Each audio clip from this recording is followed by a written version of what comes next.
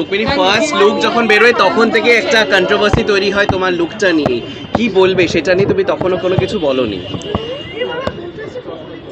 জানো তো, আগে যখন এত কন্ট্রোভার্সি হতো, কথাবার্তা হতো, ট্রোলিং হতো, তখন মনে হতো যে তখন একটু খারাপ লাগতো নতুন নতুন। এখন আস্তে আস্তে সয়ে যায়, ওই যে সব সয় সেই সর্দার হয়। একদমই তাই, তো একদমই তাই। মানে না, আমার মনে আমি আগে তোমার প্রশ্ন যদি অ্যাড্রেস করি, যে প্রচুর কথা হয়েছে, কিন্তু এটাও আমার বলতে হবে, তুমি সব ছবি থেকে আমার মনে হয় আমাদের কোনো একটা শেখার জায়গা থাকে। যখন আমি এই ছবিটাও করি, যখন আমি বিনোদিনী, সেটা বলা হয়েছে, সেই সব আমার মনে হয় সেকেন্ডারি। আমি এই ছবিটার জন্য 18 কেজি গেইন করেছিলাম। আমি নর্মালি আমার ওয়েট ছিল 50, সেইখান থেকে আমি গেইন করে আই ওয়েন্ট টু 69। আর আমার জন্য আমার যে ফিজিক্যালিটি, আমার যে মেটাবলিক রেট, আমার যে হরমোনাল স্ট্রাকচারটা, আমার জন্য গেইন করাটা ভীষণই কষ্টে। এবং সেইটার জন্য আমার কতগুলো শারীরিক প্রবলেম হয়েছে হরমোনাল, বিকজ একটা ছেলের জন্য ওয়েট গেইন, ওয়েট লুজ করাটা একটা ডিফিকাল্ট প্রসেস, কিন্তু হরমোনাল সাইকেলে এতটাও চেঞ্জ আসে না যেটা আমি অনুভব করেছি মেয়ে হিসাবে আমার হয়েছে। সেটা নিয়ে আমি প্রচুর স্ট্রাগল করেছি, মানে আমি এখনও করে যাচ্ছি। এভার সিন্স 2023, যবে থেকে প্রায় 1-1.5 বছর হতে চললো, আমি এখনও সেটা নিয়ে কিন্তু স্ট্রাগল করে যাচ্ছি। এবং আমার মনে হয় যে লোকেরা অনেক কিছু বলবে, কিন্তু আমি এটাই বলবো যে এই যে সিনেমা থেকে আমার টেক অ্যাওয়ে ছিল, যে যখন বিনোদিনী দাসীকে অনেক কিছু শুনতে হয়েছিল, কিন্তু ও শুধু নিজেরটাই করেছিল। সেই মুহূর্তে মনে ছিল যে আমার একটাই কাজ, সেটা হলো কাজ করে যাওয়া, বাকি আর কিচ্ছু না। সো যার যেটা বলার সে বলবে, আমার কাজ হলো চেষ্টা করা, এবং আমি সেটাই করব, এবং সেইটা থেকে আমাকে কেউ ফেরাতে পারবে না।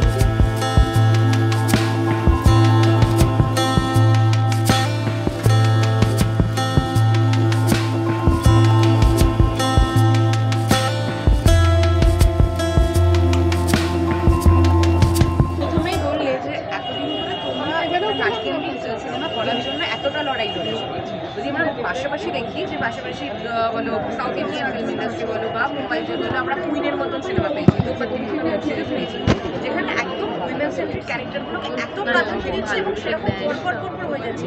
কেন বাংলা পিছিয়ে যাচ্ছে? তোমার কি মনে হয়? না, আমার মনে হয় না কোনো মতে বাংলা পিছিয়ে যাচ্ছে। আমার মনে হয় বিনোদিনীর হাত ধরে বাংলা অনেকটা এগিয়েই গেল বরং।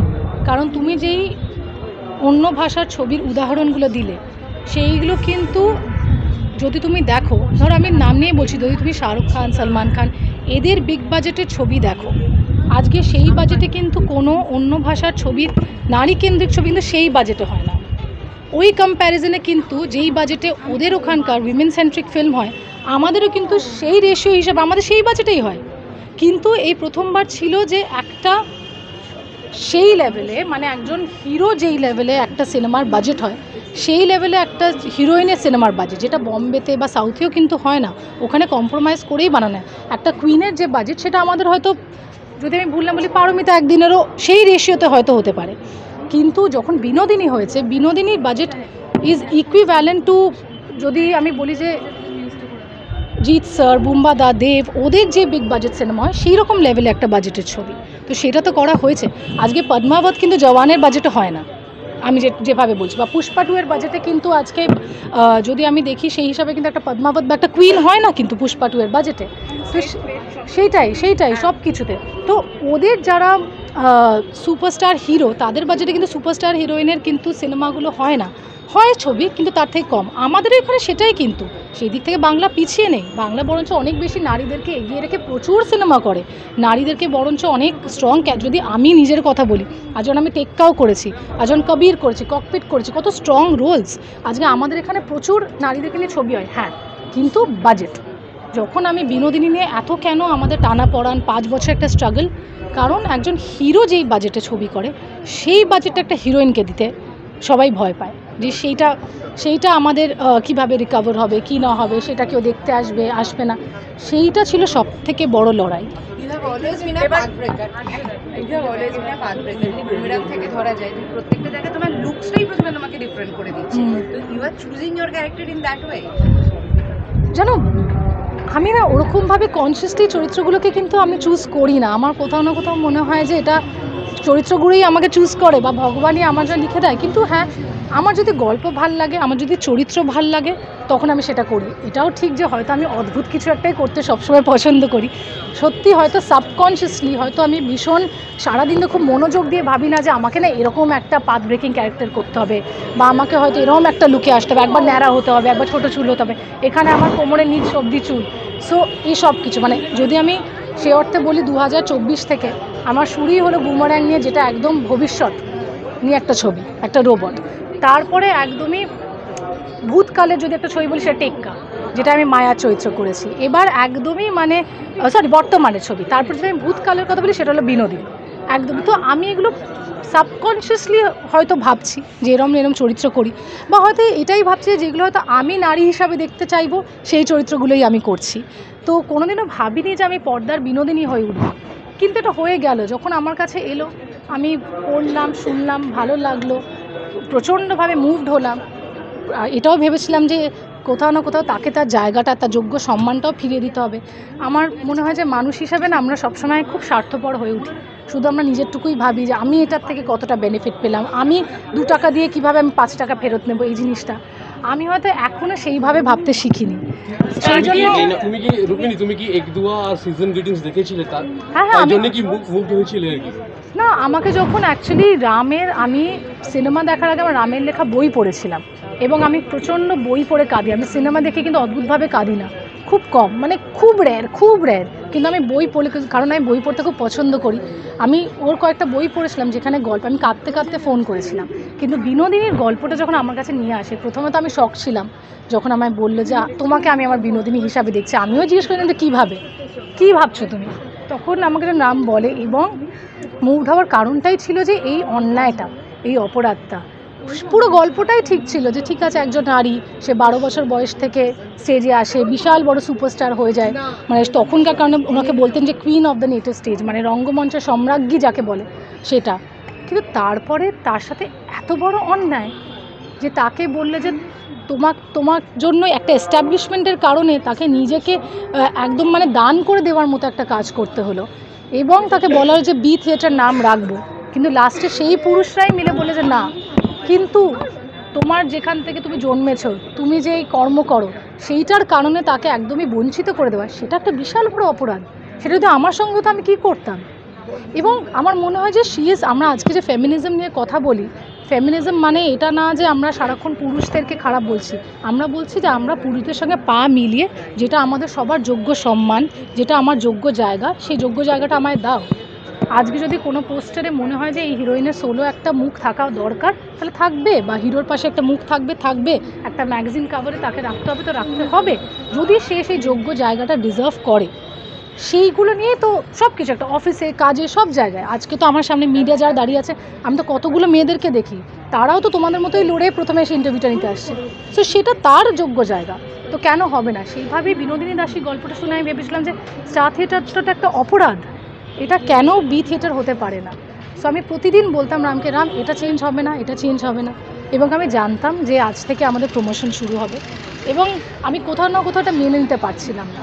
হয়তো সেই কারণেই দিদিকে ওই অনুরোধটা করা, বলা, এবং মানে যেটা করে দিলেন উনি, এটা সিনেমার জয় নয়, এটা মানুষের জয়, এটা মহিলাদের জয়, মানে সারা জীবনের জন্য। তাই আমি বারবার বলছিলাম অসংখ্য ধন্যবাদ যে আমাদের মাননীয় মুখ্যমন্ত্রী এইটা করে দিলেন, এটাকে বিনোদিনী, বি থিয়েটার না, বিনোদিনী থিয়েটার করে তুমি প্রথম বলাতেই কি মেনে নিয়েছিলেন দিদি? স্টার থিয়েটার বিনোদিনী হওয়ার যে মানে বিনোদিনী যে হলো, এটা কিন্তু ইতিহাসের পাতায় লেখা থাকবে, আর সেই ইতিহাসের সঙ্গে কিন্তু তোমার নামও লেখা থাকবে, কেননা তুমি এই ছবিতে অভিনয় করেছো অ্যাজ বিনোদিনী। তো এটা কিভাবে ব্যাখ্যা করবে তুমি? এটা কোনো ব্যাখ্যা নেই, এটা তো পুরোটাই একটা অনুভূতি, এটা একটা অন্য ফিলিং। আমার মনে হয় এটা যদি ব্যাখ্যা তুমি জিজ্ঞেস করো, তাহলে এটাই বলবো যে যখন শুনলাম যে আমাদের মুখ্যমন্ত্রী অ্যানাউন্স করলেন, আমি ওখানে আধ ঘন্টা শুধু আমার মাকে জাগতে ধরে শুধু আমি কেঁদে গেছি। আমার যটা ফোন এসছে মিডিয়া থেকে, যজন বলেছে, আমি শুধু কেঁদে গেছি। আর যতবার কেউ ফোন করেছে আমি শুধু কেঁদে গেছি। কারণ হয় না, আমরা বলি না, আমরা একটা চরিত্র করতে করতে তার জার্নিটাকে বুঝি, শিখি, কিন্তু এটা একটা অদ্ভুত জার্নি হয়েছিল। মানে আজকে যখন আমরা শ্রী রামকৃষ্ণ পরমহংসের পোস্টারটা, মানে আমাদের ছবিতে চন্দন করেছে, আমি যখন ওনার সাথে পুরো জার্নিটা করি, যখন লাস্ট সাহেব সেজে বিনোদিনী দাসী হয়ে আমি যাই ওনার সাথে দেখা করতে, আমি ওখানে বসে না ওনার একটা বিছানা ছিল যেখানে চন্দন আসবে কিছুক্ষণ পরে রামকৃষ্ণ ঠাকুরের বেশে এসে বসবেন। আমি সেটে অন্যদিকে বসে শুধু কাঁদছিলাম। আমার মনে হচ্ছিল আমার বন্ধু চলে যাচ্ছে, আমি যাকে চিনি। ওখানে আমি ওই মুহূর্তটা বিনোদিনী হিসাবে অনুভব করছিলাম। মানে এই জার্নিটা না, হ্যাভ টু সে দিসটা, রামেরও একটা বিশাল বড় ক্রেডিট, আমাকে এই জার্নিটা থ্রু দিয়েও নিয়ে গেছে। তো সব কিছু মিলিয়ে এই দিনটা, হয়তো 23শে জানুয়ারি আমার সিনেমা রিলিজ করছে, সেটা আমার সবথেকে বড় মুহূর্ত হওয়া উচিত, বা আজকে 1লা জানুয়ারি, কিন্তু কোথাও আমার মনে হয় যে 30শে ডিসেম্বর 2024 যেদিনকে স্টার থিয়েটার বিনোদিনী থিয়েটার হয়েছিল, সেইটা আমার কাছে সবথেকে বড় দিন। যে পোস্টারটা রিলিজ হয়েছে রামকৃষ্ণ মানে উনি নিজেই থিয়েটার দেখতে গেছিলেন বিনোদিনী, হ্যাঁ, তারপরে কিছু কনভারসেশন ছিল, সেটা কি মানে ছুঁয়ে ফেলেছিল, ছুঁয়ে ফেলেছিল, সেটা কি তোমাকে টাচ করেছে? অবশ্যই অবশ্যই। এটা আমার মনে হয় বাংলার দর্শক সবাই বসে আছেন ঘরে ঘরে যে ওই মোমেন্টটা দেখার জন্য, যে রামকৃষ্ণ ঠাকুর, যে বিনোদিনী দাসীর যখন ওনাকে এতটা করে অবহেলা করা ছিল প্রভুর, সবাই বলেছিলেন যে, তখনকার সময় বলেছিলেন যে বিনোদিনী কিভাবে প্রভু হয়ে পারফর্ম করতে পারে, এটা অপরাধ। কিন্তু রামকৃষ্ণ ঠাকুর স্বয়ং এসে ওনাকে ওখানে আশীর্বাদ করেন, সেটাই তো ইতিহাসে সবথেকে বড় মানে জায়গা বিনোদিনীর জীবনে। তো সেইটা যে হয়েছে, সেটা তো অবভিয়াসলি আমাকেও মুভ করেছে, এবং আমি আশা করছি যখন দর্শক সিনেমাটা দেখবে তাদেরও আশা করছি মন ছুঁয়ে যাবে। রুক্মিণী ফার্স্ট লুক যখন বেরোয় তখন থেকে একটা কন্ট্রোভার্সি তৈরি হয় তোমার লুকটা নিয়ে, কি বলবে সেটা নিয়ে? তুমি তখনও কোনো কিছু বলোনি? জানো তো, আগে যখন এত কন্ট্রোভার্সি হতো, কথাবার্তা হতো, ট্রোলিং হতো, তখন মনে হতো যে তখন একটু খারাপ লাগতো, নতুন নতুন। এখন আস্তে আস্তে সয়ে যায়, ওই যে সব সয় সেই সর্দার হয়। স্টার থিয়েটার বিনোদিনী হওয়া নিয়েও একদমই তাই, তো একদমই তাই। মানে নাটক দেখানো হবে না, সিনেমা দেখানো, নানান প্রশ্ন, কি বলবে সেটা? না, আমার মনে, আমি আগে তোমার প্রশ্নটা অ্যাড্রেস করি, যে প্রচুর কথা হয়েছে, কিন্তু এটাও আমার বলতে হবে, তুমি সব ছবি থেকে আমার মনে হয় আমাদের কোনো একটা শেখার জায়গা থাকে। যখন আমি এই ছবিটাও করি, যখন আমি বিনোদিনী, সেটা বলা হয়েছে, সেই সব আমার মনে হয় সেকেন্ডারি। আমি এই ছবিটার জন্য 18 কেজি গেইন করেছিলাম। আমি নর্মালি আমার ওয়েট ছিল 50, সেইখান থেকে আমি গেইন করে আই ওয়েন্ট টু 69। আর আমার জন্য, আমার যে ফিজিক্যালিটি, আমার যে মেটাবলিক রেট, আমার যে হরমোনাল স্ট্রাকচারটা, আমার জন্য গেইন করাটা ভীষণই কষ্টের, এবং সেইটার জন্য আমার কতগুলো শারীরিক প্রবলেম হয়েছে হরমোনাল, বিকজ একটা ছেলের জন্য ওয়েট গেইন, ওয়েট লুজ করাটা একটা ডিফিকাল্ট প্রসেস, কিন্তু হরমোনাল সাইকেলে এতটাও চেঞ্জ আসে না, যেটা আমি অনুভব করেছি মেয়ে হিসাবে আমার হয়েছে। সেটা নিয়ে আমি প্রচুর স্ট্রাগল করেছি, মানে আমি এখনও করে যাচ্ছি। এভার সিন্স 2023, যবে থেকে প্রায় 1-1.5 বছর হতে চললো, আমি এখনও সেটা নিয়ে কিন্তু স্ট্রাগল করে যাচ্ছি। এবং আমার মনে হয় যে লোকেরা অনেক কিছু বলবে, কিন্তু আমি এটাই বলবো যে এই যে সিনেমা থেকে আমার টেক অ্যাওয়ে ছিল, যে যখন বিনোদিনী দাসীকে অনেক কিছু শুনতে হয়েছিল, কিন্তু ও শুধু নিজেরটাই করেছিল। সেই মুহূর্তে মনে ছিল যে আমার একটাই কাজ, সেটা হলো কাজ করে যাওয়া, বাকি আর কিচ্ছু না। সো যার যেটা বলার সে বলবে, আমার কাজ হলো চেষ্টা করা, এবং আমি সেটাই করব, এবং সেইটা থেকে আমাকে কেউ ফেরাতে পারবে না। বিনোদিনী থিয়েটারের ক্ষেত্রে কি সেটাই বলবে, মানে সোশ্যাল মিডিয়া দেখেছে এবং সেখানে নানান কথা হচ্ছে, কি বলবে সেটা নিয়ে? দেখো, আমার মনে হয় নানান কথা হচ্ছে, যে আজকে কেন গিয়ে এই জায়গাটার নাম চেঞ্জ করা, কি দরকার, বিডেন স্ট্রিটে ছিল, এটা তো হাতিবাগানে। কিন্তু তো আপনাদেরকে এটাই বুঝতে হবে, যে এইটাই আমি বলছি বারবার, যে আমাদেরকে নারীদের হয়ে আমরা যদি এক না হই, তাহলে কোনোদিনই হবে না কিন্তু চেঞ্জটা। এই যে সবসময় আমরা বলি যে আমরা ফেমিনিস্ট, আমাদেরকে উইমেন এম্পাওয়ারমেন্ট, এই এত বড় একটা অপরাধ হয়ে গেছে, সেইটাকে যে আমরা ইতিহাসে, সেটাকে যে আমরা ঠিক করতে পারলাম, আমাদের বাংলাতেই আবার সেটা হলো, এবং একজন নারীর হাতে হলো, সেইটা তো সবথেকে বড় সেলিব্রেটরি ফ্যাক্টর। যে একজনকে 50,000 টাকার জন্য সেই সময়, মানে ভাবো, মানে 1880s 50,000 টাকার কারণে তাকে নিজেকে দান করে দিতে হলো একটা থিয়েটারের জন্য, যেখানে কি আরও 10টা পুরুষের ঘর চলবে, জীবিকা অর্জন হবে। সেই কারণে সেই মেয়েটা শুধু থিয়েটারের জন্য নিজেকে সমর্পণ করলো, থিয়েটারকে ভালোবাসতো বলে। ওকে একটাই কথা বলেছিল, এবং তাকে বলা হয়েছিল, নিজেও চায়নি যে তোর নামে থিয়েটারটা হবে, বি থিয়েটার হবে বিনি, এই কথাটা বলা হয়েছিল তাকে। এবং তারপর যখন সে সব কিছু করে এবং ফাইনালি গিয়ে সেই থিয়েটারটা হয়, তখন বলে যে না, কিন্তু ... এরকম একটা ব্যাপার। সে এইটা একটা মহিলা বলেই তার সাথে হলো, এবং 140 বছরের অপেক্ষা তার, এবং ফাইনালি সেই অপেক্ষার অবসান ঘটলো। আমার মনে হয় এই মোমেন্টে এইটা নিয়ে আমরা অনেক বেশি সমাজে পিছিয়ে যাব, যদি এইটা নিয়ে আমরা না কাটা ছেঁড়া কন্ট্রোভার্সি এগুলো করি। এটা যে হয়েছে, কয়েকটা জিনিসটা আমাদের ভগবানের ইচ্ছা, একটা ভালো কিছু হয়েছে সেইটা, বাট আমরা সবসময় না খুব নেগেটিভিটিতে ঢুকে যাচ্ছি। কয়েকটা জিনিসটা আমাদের খুশি হওয়া উচিত যেটা হয়েছে। হয়তো সে আমার ঘরের মেয়ে না, কিন্তু আমার বাংলারই মেয়ে, সে তার যোগ্য সম্মানটা পেয়েছে, বিনোদিনী দাসী সেটা পেয়েছে, সেইটা নিয়ে তো খুশি হওয়া উচিত, সবার খুশি হওয়া উচিত। এটা একটা সেলিব্রেশন, এটা তো একটা উৎসব এই মুহূর্তটা, তো সেটাই হোক না। সেই জন্য কি যখন উঠছিলে একটু চোখের কোণাটা চিকচিক হচ্ছিল? আমি বলে বোঝাতে পারবো না, এই সিঁড়ি দিয়ে ওঠাটা, মানে আমি অনেকবার আমি গত অ্যাকচুয়ালি 1-1.5 বছর ধরে স্টার থিয়েটার আমার প্রচুর আশা হচ্ছে। বিনোদিনী শ্যুটের পর থেকে আমার বুমারাঙের প্রমোশন হোক, টেক্কার সময় হোক, আগে কিন্তু আমার অদ্ভুতভাবে কোনোদিনও আশাই হতো না এত। এবং আমি বারবার ভাবছি যে কিছু একটা পাল্টানোর দরকার, কিছু একটা হওয়ার দরকার, মানে ঠাকুরই করিয়ে দেয় সব কিছু। আমার মনে হয় যে সেই জন্যে এটা, আর সব কিছু না লিখে আসে, ডেস্টিনিতে থাকে, কে বিনোদিনী হবে সেটা ডেস্টিনিতে হবে, কার মাধ্যমে এই নামটা চেঞ্জ হবে, পরিবর্তনটা হবে। ইতিহাসে লেখার জন্য না বলে না, your stars have to align, হয়তো সেটাই হয়েছে। আজকে এত মুখ্যমন্ত্রী এসেছে গেছে, এত গভর্নমেন্ট এসেছে গেছেন, এত থিয়েটার পার্সোনালিটিটা বিনোদিনী করেছেন, নাটক হয়েছে, অনেক কিছু, যে সিনেমা হয়েছে, সব কিছু হয়েছে, এত ডিরেক্টরস, অ্যাক্টার্স, গভর্নমেন্টস, এই মুহূর্তটা হয়তো এই কয়েকটা মানুষের হাতে বা মাধ্যমেই হওয়ার ছিল, বা হয়তো ভগবানও চাইছিল, বা বিনোদিনী দাসীও চাইছিলেন যে একজন মহিলাই তাকে এই জায়গাটা করে দিকে, যোগ্য জায়গাটা। তো সেই জন্যে আগেন হিউজ থ্যাঙ্কস টু দিদি যেটা করার জন্য। এবং আজকে আজ টিম বিনোদিনী আমরা খুব প্রাউড। অবশ্যই আমাদের ইচ্ছা প্রকাশ ছিল, অবশ্যই অনুরোধ করেছিলাম, এবং এই যে কথাটা রেখেছেন এবং বুঝেছেন, কথা রাখার থেকে বেশি যে একটা মহিলার বেদনাটা বুঝেছেন, এইটা সবথেকে বড় পাওনা।